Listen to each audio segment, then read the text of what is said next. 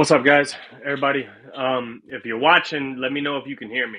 Had a couple of issues with audio in the last episode, so let me know. Today we have David Baby Hulk Wilson. He's another person that really doesn't need an introduction. We all know him. He's a Streetbeefs alumni, and just a huge name in the sport of MMA when it comes to street beefs right now. So, for people who don't know what this is, we are streaming on the big channel, a couple other spots right now that we don't normally stream. So, for people who don't know what this is a podcast called Locked In with Wedo. You said volume up, huh? Let me see.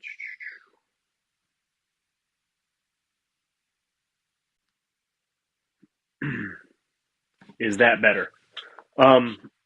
Yeah, so this is a podcast for introducing fighters to our community, because all of us know, like for instance, all of us know who Baby Hulk is as a fighter, but who is he as a person? Just another dude. You know what I mean? So I like to interview people, find out where they're from, what makes them tick, all that stuff. So without further ado, and this is sponsored by Heart in the Fight. Almost forgot that. So shout out Heart in the Fight for putting us on. Without further ado, here he is. Baby Hulk, what's up, my man? Yeah, what's up, gang? How you doing? Yeah. Chilling, man, chilling. Pretty excited for this interview. Actually, you know what? I forgot to turn the light on there. That should help a little bit. So, yeah, pretty excited for this interview, bro. You were somebody I've wanted to have on the podcast for a long time, because you seem like such an interesting dude. So, like we talked about in the back, it's just a podcast about getting to know who you are. So, we're gonna start from the beginning and hop right in it, my man. If you're ready. Oh yeah, man, I'm all set. Dope. So, where were you born, and where did you grow up? So originally I was born in like Newark, New Jersey, but pretty early on I moved to the South. We moved around West Virginia, Virginia, but where I really grew up is Wilmington, North Carolina, and like that's kind of where I made my roots. Okay, Wilmington, North Carolina. Mm. I've never heard of it. Small, big town. It's like a small to medium beach town. Okay. College, retirement. It's a nice little oasis, man. Like if you ever go. Yeah. You say beach town. Is it close to the coast? Did you Oh spend a yeah, lot of time we're at the actually ocean? we're actually a port city. Oh, nice. Yeah, Did you yeah. spend a lot of time in the ocean? You pick up any water sports, surfing and shit?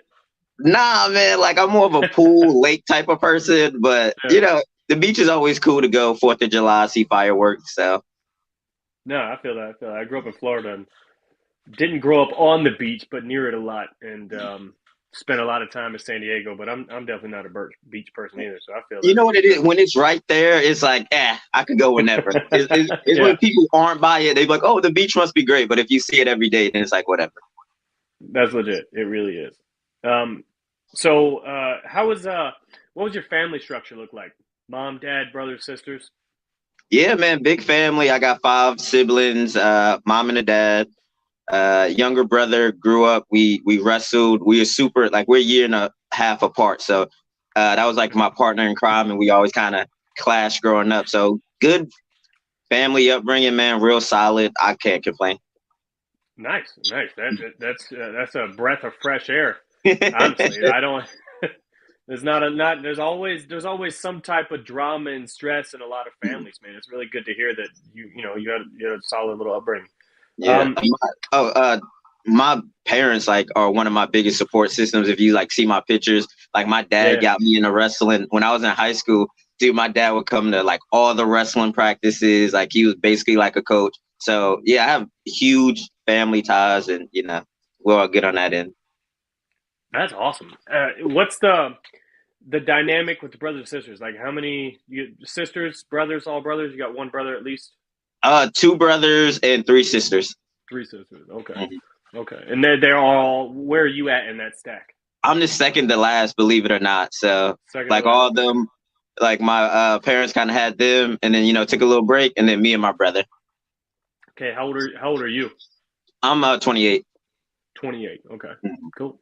And you say you started wrestling at a young age. It sounds like how young?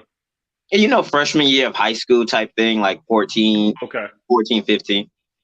Okay, okay. What about before that? I don't want to jump the gun too much. What about before that? What'd you get Yeah, so into like I as a was not a kid? sports kid at all. Like growing up in New Jersey, like I didn't really care for sports. It wasn't until like I really got to the South where like sports is like big, like football was super big. So I Mm. tried that for a hot little second, and I'm like, oh, I don't think I'm built for this sport too well. So I only played like football like my freshman and sophomore year.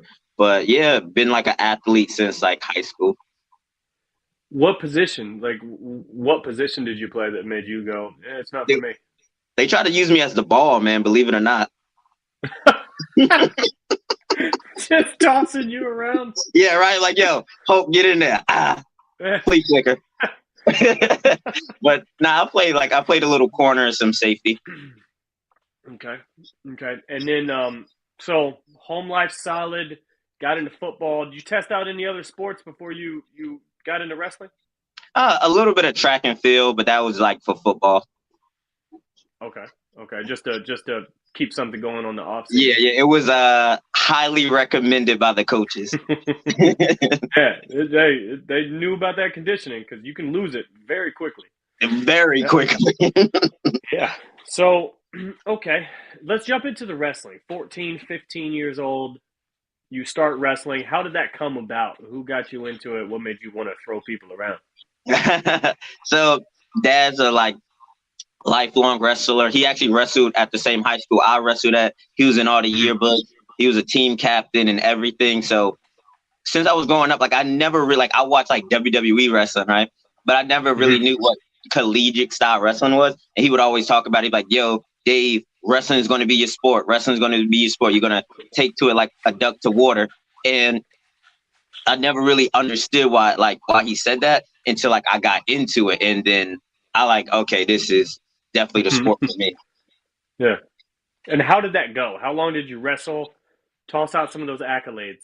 What'd you get? Okay, so the first 2 years were perfect. I probably went 2-50. Like I was like terrible, terrible. Like, and that's the story of a lot of young wrestlers. You get beat on, like you learn those hard lessons, and if you Mhm. stick with it, man, the sport will give you so much. But yeah, my first 2 years were nothing to write home about.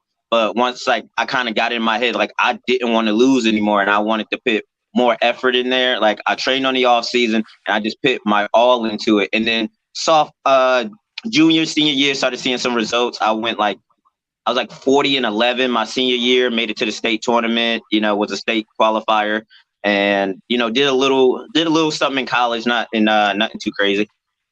Yeah, from 4-50 to 40-11 is a hell of a jump. Yeah, Was not there not too bad. yeah, was there something that something physically that happened? Did you notice you got stronger, or was it just a mental decision that you made? You're like, I'm not fucking losing anymore. Yeah, it's a bit of both. Freshman, sophomore year, you're all scrawny. You still got your middle school body. Yeah. Like I said, I was doing football, and it was like a big emphasis on weightlifting. And my dad's like, if you ever see my dad, he's like me times three. So weightlifting, and all that bodybuilding was always like super important. So when I really like latched onto that and got hooked on that, like my body Mhm. kind of blew up. I realized like genetically I'm very strong. Like I get it from my Yeah. dad and everything. So along with that and the mental side, man, you put in all that work. Nobody wants to fucking lose. Like so that mental thing of going from I'm not supposed to beat these guys because they're older, they've been doing it. That turns into I don't care how long you've been doing it. I don't care what your seed is. I'm gonna go out there and beat you. That's huge. That's a well, all of that made a difference, man. It sounded like you went from kind of just being there to taking over a little bit. What happened after that? How'd you through the rest of high school as far as wrestling? Oh, what do you mean? Like just accolades or just but like Yeah, other yeah, stuff? yeah. What'd you do the rest of high school as far as how far did you get wrestling? Did you go to state? Yeah, accolades. Yeah, yeah. Anything. So yeah, like I said, senior year I went to states. Even then, dude, I still had that weird mind state of, yo, these guys are from a big school. Like this is 4A. This guy's like 40-2. Like it almost stuck with me like that I'm not supposed to be here or like perform at this level. But in the tournament, I went 1-2 and I underperformed. Like I was way better. Like I could have wrestled a lot better. And it wasn't until after like that last match and you're walking off and it hit me. It's like, dude, this shit is like literally over. And like I broke down in tears in the hallway. My dad was there. Like he consoled me and let me know like this isn't the end. But yeah, man, like I put so much into wrestling and like that's really the only reason like I went to college. I was like, yeah, what's kind of cool, what kind of degree, what I'm like, I want to wrestle. Like that's the only thing in my mind was like wrestling. What did you end up majoring in? What'd you go to school for? I ended up majoring. I had like 2 classes there, but sports, like sports science. All the jocks, like anything, it's like physical ed. Yeah, so anything sports. Okay. Yeah, like sports, type shit. After high school, did you do anything to put that to use? Did you jump into physical therapy or anything like that? So like surprisingly, like I said, I was like a in shape dude. So like my friends would come to me and like, yo, would you train me? And like I did a little bit of personal training. I went back to my my old gym and I would always coach with the younger kids either at my high school or at my other facility. So I was always around it. I just loved wrestling. And if that time between like college and coming back, I would love to be around it. I love to give back. So I would work with the kids. I would work with some of the younger guys and just kind of be around them and like try to, give them the best look I can. Right. That's dope. Giving back to the community a little bit. How so after high school, what did you do? Full-time work, or did you jump straight into training in martial arts? Oh, you talking about after high school? Yeah. So after high school, like I went to college, right? And I wrestled about like 4 years, a couple on the club team. I actually ended up making it from the club.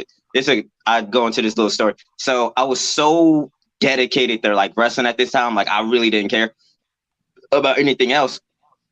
So like at first it was like, tryouts and everything, but tryouts really didn't happen. So they introduced a club team and I just worked at that club all the time. Like I was in there all the time. The coaches see me. And then eventually, shout out to my boy Blaze. He's like a 2-time national runner-up. He's seen all the work I was putting in and he literally went to the coach and like, dude, you need to have David on the team because like he gives the most type of effort. So he really went out on a limb for me there. And then I ended up getting on the team and doing like I said, surprisingly better than I would think. I was a starter for a while. Like I had some pretty good matches, won like an award or two. So it wasn't, of course, like the storybook with every college. I was like, make it to the nationals, win. Like, of course, I would have loved to be an All-American. That was my goal and everything. But just being in there, kind of getting that experience, I'm always thankful. That's awesome. You said Blaze, right? Yeah, Blaze Shade. Yeah, shout out Blaze, man. You put our mans on. For sure. So okay, let's pause for the career because we're at the point to where you're in college. What about growing up, as far as hobbies and other interests? I know you're a big anime fan right now. Yeah, has that always been? Yeah, growing up, like always, like cartoons, man. Like I watched like Justice League, Superman, Batman, and then eventually that got into like Dragon Ball Z and all like the other anime and stuff. So as a kid, cartoons, anime, Yu-Gi-Oh cards, Beyblades, like whatever the kids were into at that point. I was kind of, I wasn't like I wasn't like a sports kid and I wasn't a bad kid. So I was like just anime and like cartoons and shit. Yeah. How did you find anything in there that influenced you, your behavior, your character? Because all of us, 100%, 100%. Like, I don't know. Like, and a lot of people would tell you, like, dude, Adesanya really like pull some anime and everything. But yeah, growing up, dude, seeing like Dragon Ball Z and like seeing Goku, who always like pushed himself to be stronger, but always remain like super kind-hearted. I could always appreciate that. Like wanting to train for yourself to be better, not to, be better than anybody else, but to push yourself. It's a lot of lessons in there, man, that I kind of take with me like even now. That's awesome. Yeah, I have found just recently, just doing this podcast. I mean, I've only got 20 interviews, but anime is huge. I had no idea how big it was. It's just massive, and everybody has one or two characters that they tend to emulate and try to sometimes even like really shows up in their fight persona, their character. Oh yeah, for sure. I know a couple. Yeah. I'm about to say, like little side note, I think it's the Sensation fight. I think it might be another one too, but I got the Saiyan battle armor on, like even like dude, all that shit, like it was me. Yeah, I'm gonna have to go back and look that up because I don't even know what that is. Like I know I won't pick up on stuff like that, but I know people that do. You know what I mean? Yeah. Baby Hulk, who are your favorite Streetbeefs fighters? Oh, that's a good one. So I tend to keep track of like the guys that I've competed against, right? So shout out to Sensation. I don't know if that boy got enough arms for any more belts. He's freaking killing it right now. I'm a big fan of Sensation. I like Manu the Great. My boy Florida Boy just won a title. Like I actually wrestled with Florida Boy at UNCP. Oh, did you? So yeah, so shout out to Florida Boy. I love seeing him do his thing. Fair play, of course. Free smoke. I got a couple of guys that I keep my eye on. If they pop up, I definitely click on. Yeah, absolutely, definitely. Yeah. Free smoke, fair play. Florida Boy, Manu, all those are solid fighters, man. Super solid fighters. One more question. What Dragon Ball Z character are you? Man, that's so great. I always pictured myself as like Team Gohan just because he was like kind of reluctant to like go into his role, even though like his dad knew that's what he needed, right? He's like, yo, I'm not ready. Like, this is for you and everything. But him being forced to rise to that level, he realized that he could, and he would always, his thing was always like, he had potential, right? Like, dude, you have so much potential, the strongest, you just have to like let yourself go. And I kind of feed off of that too. I feel like I have a ton of potential, and sometimes I doubt myself, but when I just let it all loose and like kind of let go, you kind of see that potential like in its full. Yeah, I think there's I don't know anything about that character. But that trope, like knowing that you have potential, but just for whatever reason it doesn't come out in a time when you should have used it. Yeah, I think all of us have that situation. Yeah. Shout out Gamer Girl New York. She says she liked and shared earlier, so appreciate you. What's your mentor? Who do you look up to as a mentor? I got a couple. And that's like a big part of my life. I think you have to have mentors to kind of guide you in life. And just as an example, maybe an example of what to do, maybe an example of not to do. But those mentors, of course, like my dad's number one, like my biggest fan, my biggest supporter. Like he's always going to be one of my biggest mentors. My coach, John Salter, my other coach, Joe Selecki, a lot of the older guys in the gym who are in the UFC or who are professional like fighters, they're kind of like my big brothers. They kind of mentor me, kind of give me the game, let me know about promoters and stuff like that. So, just the dudes the older guys at the gym, my dad for sure, and somebody like just a far away, just kind of inspiration, look at them to see what to do. Michael Chandler, like, dude, that guy's like absolutely almost like the example of like what type of not just fighter I want to be, what type of man and person I want to be. So that's somebody I can kind of look at and be like, okay, I can look to him for, what he's doing. Yeah, that's cool. Michael Chandler is definitely not a bad kind of idol to have. So we're gonna jump back into where we were after college. So we're looking at college. You went through, you did your thing in wrestling. What'd you do after college as far as work, like professional, and what did you do martial arts wise? So that's good. So after college, I was like, dude, what am I going to do? I was kind of like up in the air about stuff. I was working odd jobs here and there, anything, gig work. Like I'll do anything, just make a buck or two. So, going back to the gym, working out, my one of my coaches from high school, like kind of directed me into like the jujitsu class, right? Because he always kind of pushed his former wrestlers to get into jujitsu, stay in shape, just a different sport they could probably take to. So he pushed me towards that, and that's where like it kind of all started. Got introduced to my head coach John Salter, my assistant coach Joe Selecki, and dude, I fell in love with jiu-jitsu. And then kind of from jiu-jitsu, it's like, oh man, you want to get into striking, and then the fight thing kind of happened. So you started wrestling, then jiu-jitsu, and then you started striking. That was kind of well, like off and on, like throughout my younger years, like I did like Muay Thai a bit, like a couple of weeks, a month. I did some boxing. Like I was always kind of around it, but never like fully start. Like wrestling was like the one thing I was consistently in. And then from time to time, I would go over to boxing. If somebody had like karate or something, we would always try to get in their gyms. Okay. So you're kind of all around it, but you really honed in on it once you started putting the other pieces together. Like when you threw jiu-jitsu in with the wrestling, you're like, you know what? I might as well start actually really training it. And yeah, how old were you? Oh, go ahead. Oh, what you said? No, go ahead. Oh no, I forgot what I was going to say. What did you say?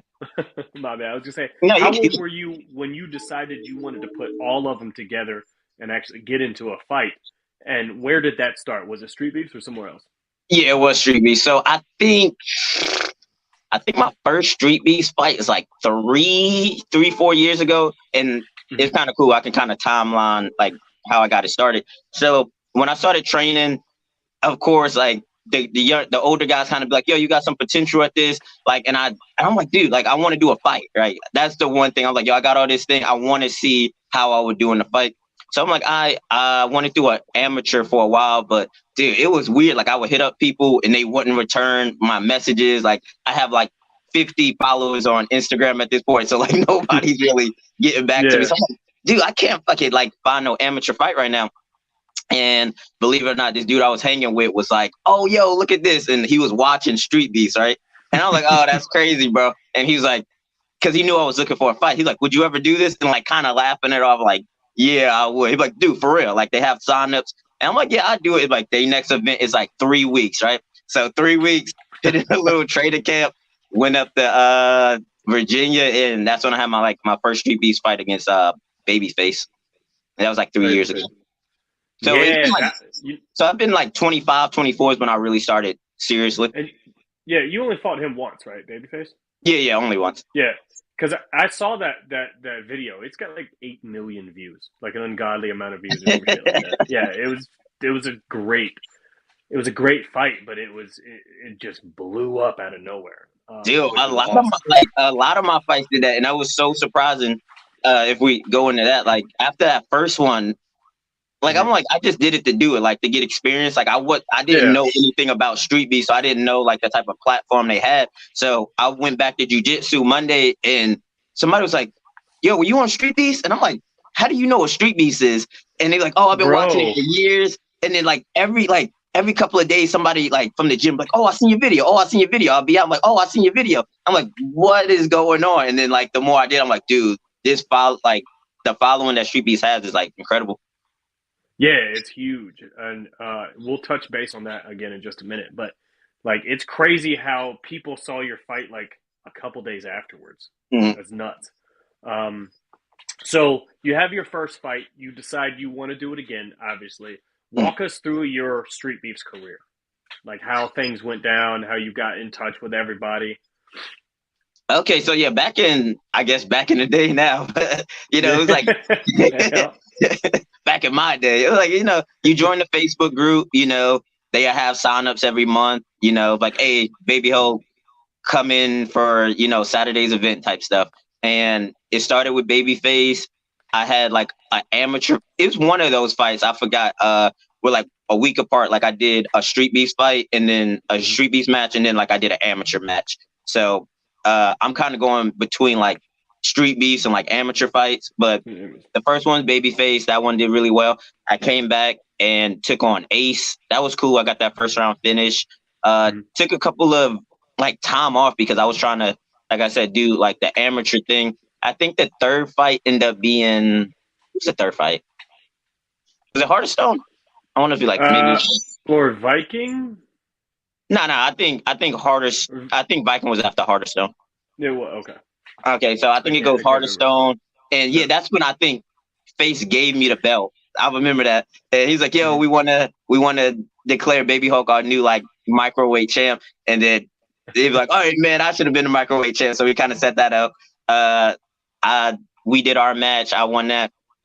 Then I kind of came back after like a little hiatus. I'm like, this was kind of like during COVID. So like nobody was trying to like put on shows. I was trying to get on shows. I actually thought that the Heart of Stone fight would be my last one because I was like, I could really focus on amateur now, but everything kind of slowed down. I'm like, bro, we got to go back. I got to get this. I got to get the time in the cage. That's the main thing I cared about. That's what amateur is about, is like getting that time in the cage, getting comfortable with everything. So I went back to Streetbeefs, and I'm so glad I did because that was the Viking fight, and that one blew up, and that's kind of like where we really kind of start getting moving.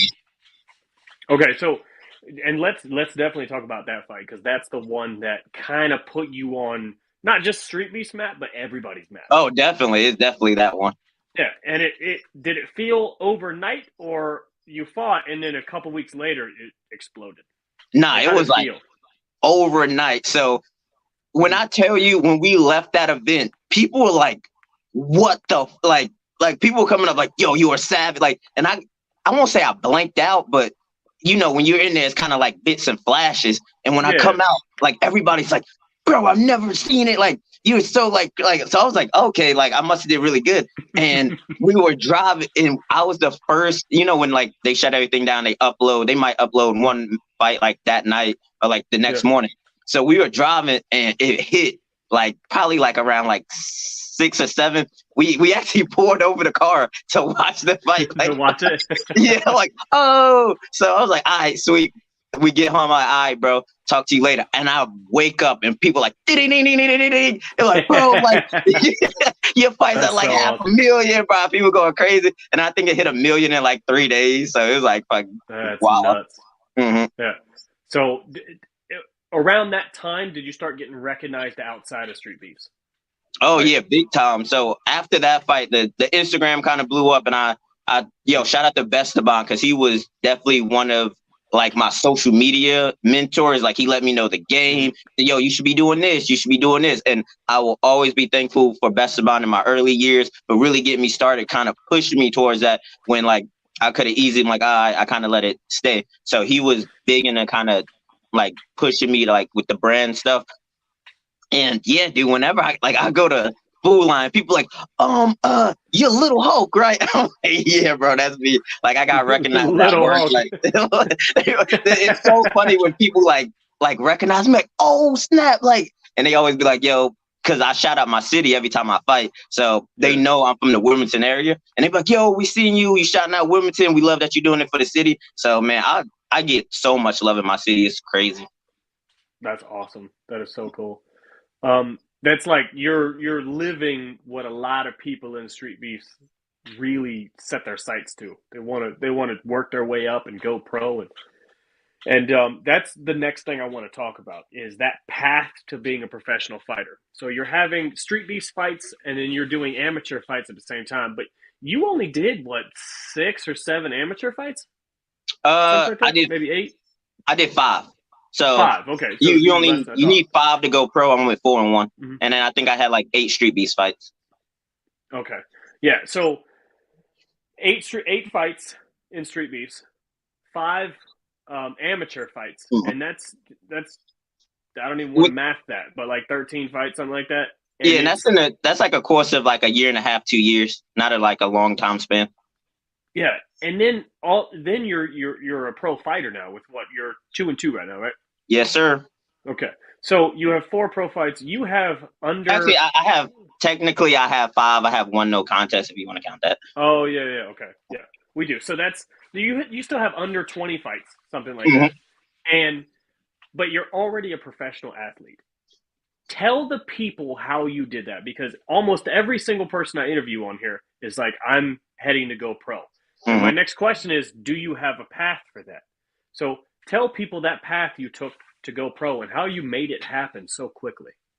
I really appreciate you asking this question. A lot of people do DM me and kind of ask me like, how do I get started and everything? And dude, it doesn't feel that fast, man. Like it's been like, I think like 3 years, but dude, it feels, I don't know, you're kind of in the moment, so you don't really realize it. But dude, anytime somebody hits me up, is always like the three things. Like, yo, you need a good head coach, somebody that knows the game, somebody who's not only interested in you as a fighter, but as a person. Like, they not going to put you in any like dangerous situations. They know you, like they care about you on a personal level, so they're not going to do anything to jeopardize you. Get a good gym, a good solid gym, whether it's boxing base, jiu-jitsu. I don't really like, but just have a solid base where you can work and, you know, get your work. And then three, get good training partners, good solid guys who not only want to push you but want to see you do good, and also who are safe. Like, it's a bunch of guys who could kind of see you doing your thing and be like, yo, if I kind of get over on him in the room, then maybe they'll look at me a different way. Dude, you need good training partners. People are going to push you, people are going to be safe, and just the right, like, a support system. Like I always say, you need a good support system around you, because when stuff starts getting hard and you need something to kind of fall back on, you have a good base. So, you know, you kind of get stumbled, but you can always come back. Yeah, let's take and like those 3 points right there are some of the biggest, most important points. Like having a good head coach, a good place to train, and good partners. Because, you know, hard sparring, for instance, I do not like hard sparring. Like, I don't let people hard spar in the gym. You're going to get all your best rounds in the gym. You know, you don't want that. And then you have, you know, so having people that understand that aren't trying to beat you up just for the, like, every single day, too bad. You know what I mean? Like, you want to injure people. That's huge. Having a great head coach and a good gym, like, those are all 3 of the best points. What I would add, and you've already touched base on this, is social media presence, guys. Oh, you definitely. have to have a social media presence. Find somebody like Esteban or Daniel from Heart of the Fight, somebody that can help coach you in that area. That's huge as well, for sure. I wanted to touch on that real quick. Like you said, the social media, like, any advice for that? Dude, like, if you're really serious about being a fighter, you have to get on that. Like, I was somebody before this, dude, I didn't have a social media. Like, somebody had to literally force me to make an Instagram, because I don't really like, so, like, dude, I don't find a value in social media like that. But when it becomes a job, now. Yeah, exactly. And guys, like, it's not just like some throwaway thing. This is a part of your job. Like, I always say, I like to be accountable of everything. So yeah, I'm a fighter, but dude, I do a little bit of I manage myself. Like, I reach out to people. I'm also like a promoter. I promote myself. You have to be all of these things, because why would I let somebody else kind of dictate my career path? That doesn't really make sense. Like, kind of like, oh, I could go this way if he says this. I'm like, nah, like, as much as you can control, put out there, man. Like, and also with you putting out your own stuff, you kind of control your image a little bit more. Like, you show people like what you're all about, and like your goals and everything, so people can get invested in you. So definitely take that social media seriously. Hell yeah. We got a question for and this is unknown. And he says shout out to Unknown. Yeah, I know, he's cool as shit, man. I love that guy. He says, do you think, and he specifically said asking Baby Hulk, because obviously my opinion ain't shit. He says, do you think I have potential to go pro? Oh, dude, definitely, man. Like, I really, like, I've seen a bunch of Unknown's fight, dude. He's built for this shit. Like, literally, I like his striking style. Like, his grappling's gotten better too. Bro, I actually really, like, I think you can do it. And like I said, those 3 points, man: get a great gym, get a great coach, and like good teammates, man, and you can make that shit happen. Yeah, and I'd like to add, and I know Unknown didn't ask my opinion, but I'm gonna add this anyway. I know you're very, very composed, and that's very hard to teach. And you naturally have that in the cage. You're very composed, you're calm, and you're just there to do a job. You don't let your emotions overrule your better judgment a lot of times, and that's, like I said, that's very, very hard to train. So, I mean, if you find those 3 things that he said, jump on it. Absolutely. She says she's a good video editor. I appreciate that. All the stuff that you see on Instagram, that's through me. Like, and a couple of the boys who help me out, but dude, like, that's another part of it. Like, I'm learning editing to kind of push the social media thing. Like, it's like all little skills you can kind of learn to help you out. Yeah, it really is. It really is. And I just recently took up video editing for the podcast, and I do the Streetbeefs Mm-hmm. West Coast videos. It's really cool. Dude, it I'm is having a like you lot of get to fun. Yeah. create and like chop it up. Like Hmm. it's really like art. It's fun. Yeah, it is. So, okay, now that we got that question out of the way, because that's a big question. That path right there, and that sounds like you laid it out perfectly. So, from you're doing amateur fights, you're doing Streetbeefs fights, and then the professional fight game comes calling. When did that process start? How did it happen, and how did you end up? Like, walk us through that process, and then up to your first fight.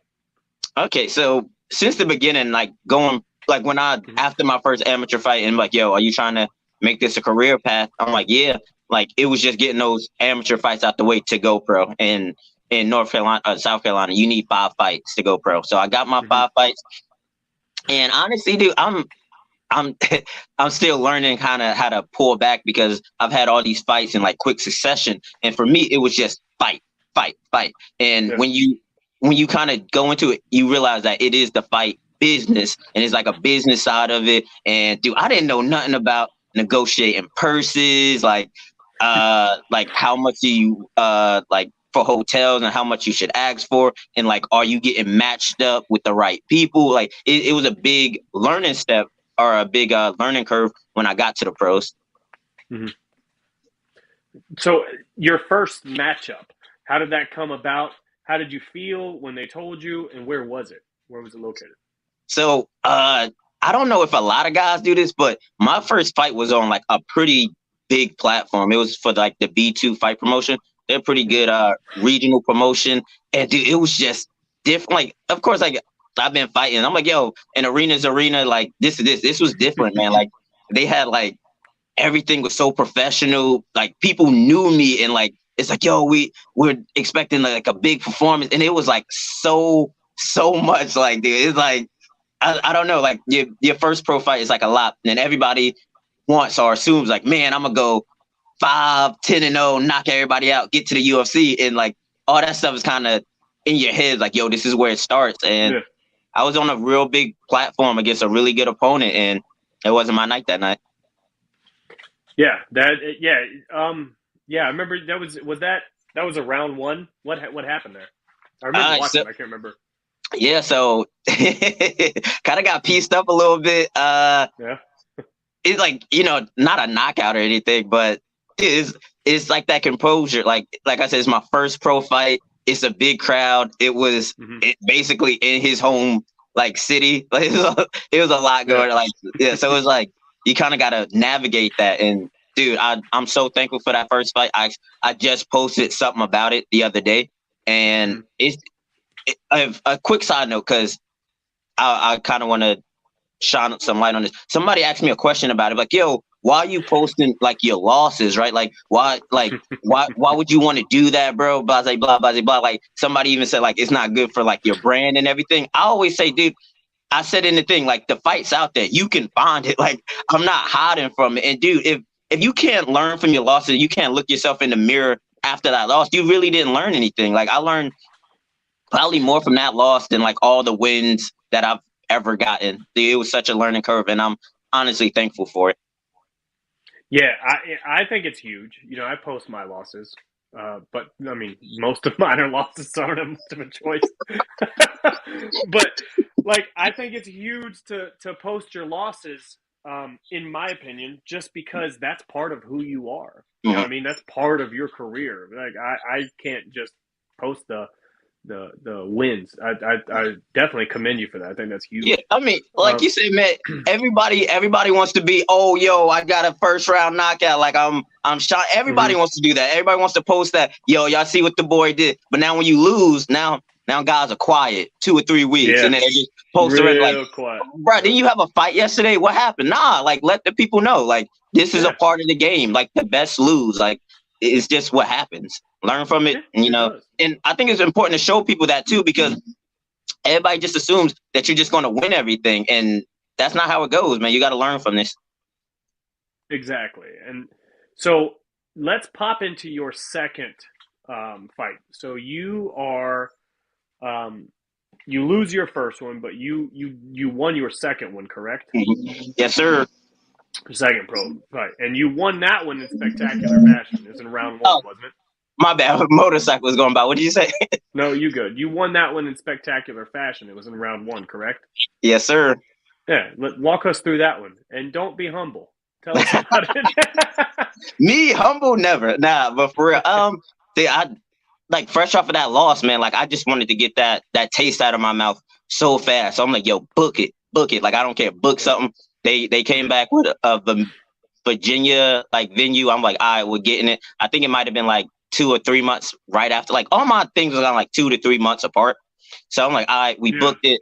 Just came in like super hungry, and I kind of had the already had it in my head like, dude, if I get this guy up against the cage, I'm gonna lift him and like just fucking drive him. And in my mind, I was thinking of like the Matt Hughes, Frank Trigg, and it ended up working out like that. Like I got him up against the cage, like, and literally the announcer's like, and he parades him around. Like, so that was super cool.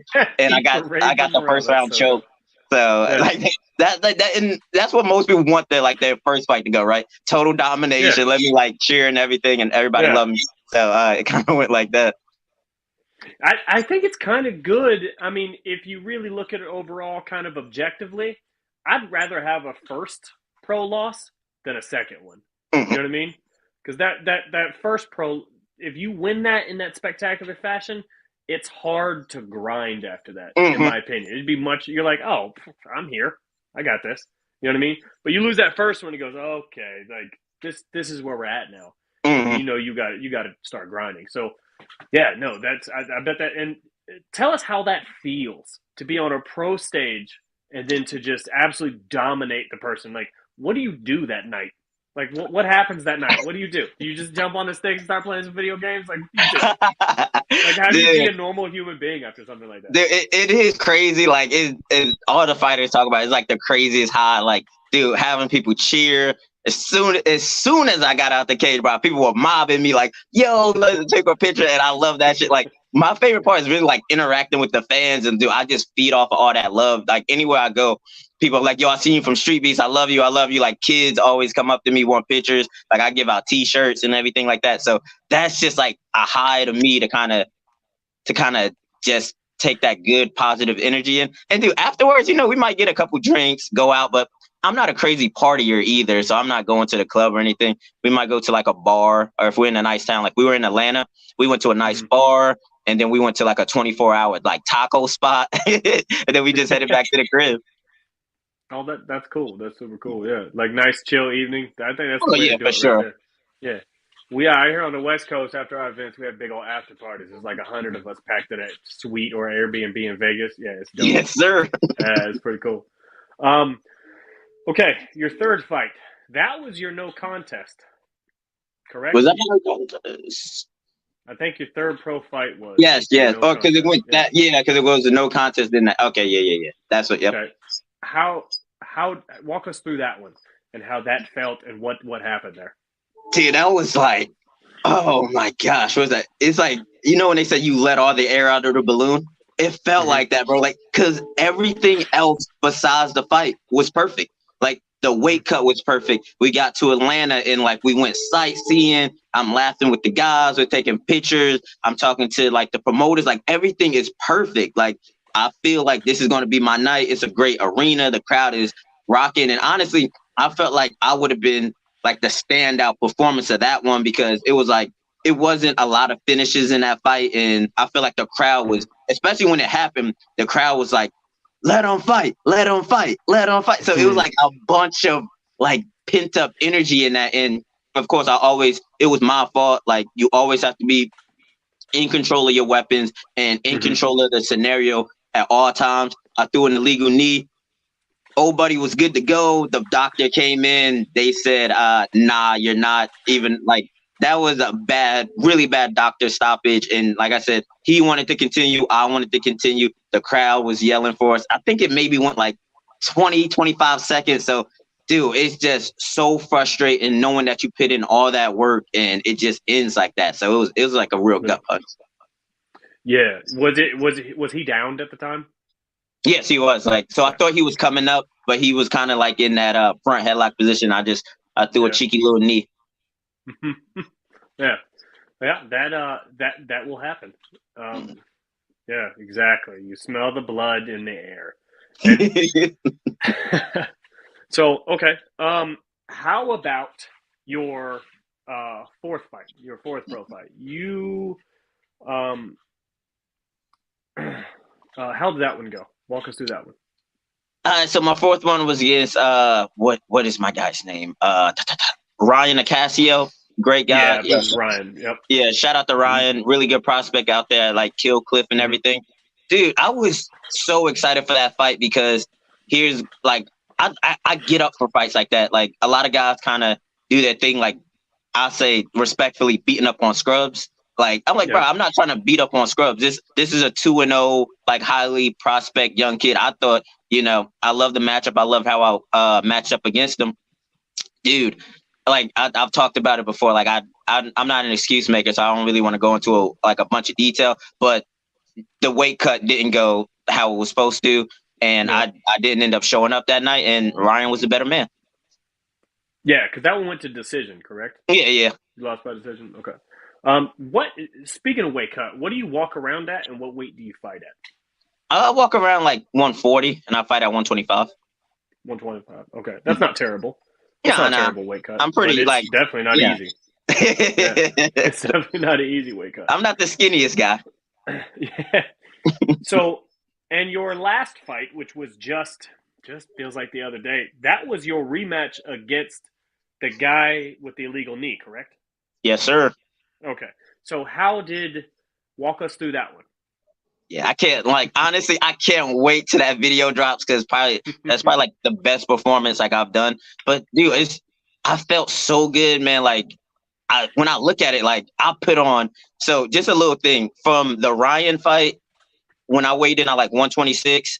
The day I stepped on the mat, I was probably like 133. And this fight, I weighed in at like 126, and then I probably stepped in the cage at like 142. So your boy was feeling big, strong. Like I was just all the energy, and I kind of just, for better words, kind of dominate the fight. Okay, so I won't have you ruin too much unless you want to. We'll wait till that fight drops and everybody can see it. Yeah. I mean, like the people, like it was a first round finish, and it was pretty good. Like I'm excited for people to see that one. So yeah, that's awesome. So what is next for David Baby Hulk Wilson? Where are you going? What are you doing? What's the game plan? Man, that's a great question. So, unfortunately, after the fight, had a little mishap, but it's part of the game. So just healing up my hand. I'm still like training just like around the hand, but dude, this is almost a blessing in disguise because I told myself I was gonna take a little time off because, like I said, I'm always like 2 months fight, 2 months fight, and I was like, I'm gonna take some time off, just keep training and kind of really pick like my next fight. But I know if I wasn't hurt, like, dude, I've got since that fight, I already got like 3-4 like offers, and I know me, I'll be like, man, I should take it. Like, so I don't trust myself not to say yes to a fight. So this is low key kind of a blessing, like make me slow down a little bit. Man, the future is just do what I always do, man. Just grind, try to put in as much work as I can in the gym, in my personal life, and just like I just live off of hard work, and whatever comes after hard work is a blessing. Yeah, no, that's a great way to see it. What happened to your hand there? Dude, I believe it or not, a head's kind of hard, bro. Like, okay, so it was from punching.